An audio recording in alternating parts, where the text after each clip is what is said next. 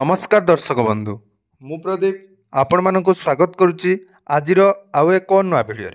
तो ration card को नहीं वर्तमान जो ई केवाईसी समस्या सारा राज्य में देखापी मिलूँ जहाँकि लोक मान मनरे एक प्रकार गोटे भय सृष्टि होती जदि से ई केवाईसी कंप्लीट न कर राशन कार्ड कटिजिव एवं जो माने विशेषकर उड़ीसा बाहर रोचंती एवं कौन सी काम से माने उड़ीसा छाड़ी बाहर राज्य में रोते से गोटे बहुत बड़ समस्या थिला जे जदि से माने ई केवाईसी ठीक समय करूना ताहले तांकु पूर्वर जो घोषणा करा जायतिला जे ई केवाईसी न करले तांकर राशन कार्ड काटिजिवो तो सेही भयरे लोक माने मध्य बाहर राज्य में रहिथिले से माने ई केवाईसी करिया पई उड़ीसा को फेरुथिले किंतु ताने वर्तमान राज्य सरकार तरफ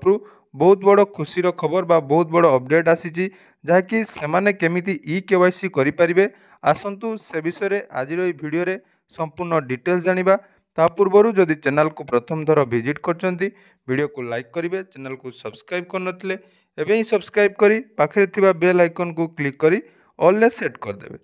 तो देखंतु राज्य सरकार तरफ पूर्वर मंत्री जो सूचना देइथिले जे जो माने अयोग्य हिताधिकारी राशन कार्ड रे राशन सामग्री पाउथिले सेमानंकु जाकी बात करिया पई राज्य सरकार तरफ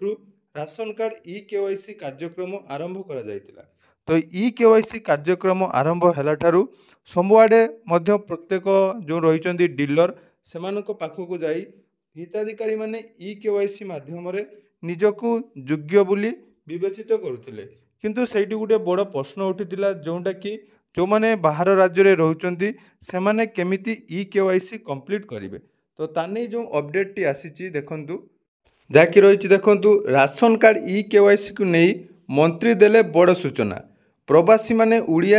उड़ीसा आसीबा दरकार नहीं तो उड़ीसा रे बाहर जो माने रहिचंती सेमाने केमिति ई केवाईसी करिवे जानंतु। तो राज्य रे राशन कार्ड हिताधिकारी को नहीं बड़ सूचना देइचंती खाद्य जोगाण और खाउटी कल्याण मंत्री कृष्णचंद्र पात्र विधानसभा रे मंत्री कहिचंती राज्य रे खाद्य सुरक्षा योजनार हिताधिकारी तथ्यावली को स्वच्छ एवं पारदर्शी करने उद्देश्य आधार भित्तिक ई केवाईसी जांच प्रक्रिया चली तेणु 22 अगस्ट रु आधार भित्तिक ई केवाईसी जांच चली जहाँ डिसेम्बर पर्यंत जारी रहिबो। तेबे उड़ीसा छाड़ी बाहर थिबा प्रवासी माने कामधंदा छाड़ी ई केवाईसी पई उड़ीसा फेरिबा प्रसंग को नहीं जो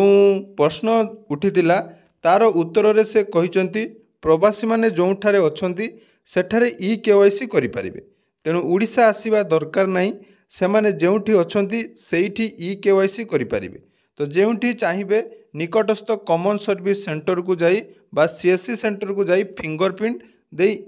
ई केवाईसी कंप्लीट करि परिबे। तो देखंतु जो ई केवाईसी प्रक्रिया चालू रही सेमाने मध्य सीएससी सेंटर रे जाई ई केवाईसी प्रक्रिया जहाँकि संपादन बा कंप्लीट करि परिबे किंतु एठारे केमिति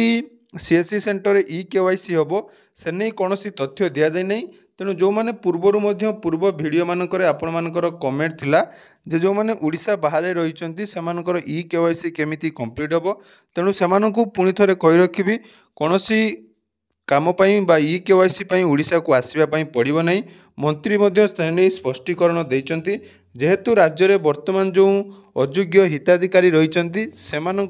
राशन कार्ड रू बाद करा जिवो एवं सेप्टेम्बर शेष सुधा अर्थात यही मास शेष सुधा उड़ीसा रे पाखापाखि 10 लाख रु अधिक जो माने नुआ करी आवेदन करिसेंती सेमानकु राशन कार्ड मिलिया पई जाउची तेणु पूर्वर जो माने राशन कार्ड रे ऑनलाइन रे आवेदन करथिले सेमानकु खूब जल्दी राशन कार्ड मिलिया पई जाउची एवं जो मानकर ई केवाईसी आपण माने जदी कंप्लीट करनांती तो आपण माने निजर निकटस्थ डीलर जो माने रहिसंती तांको पाखकु जाई ई केवाईसी कार्यक्रम कंप्लीट करि परिबे। तेणु यह थिला आजिर जो राशन कार्ड रो ई केवाईसी को नहीं संपूर्ण डिटेल्स आशा करुच्ची भिडियोटी आपण मानकु निहाती भल लागिथिबो।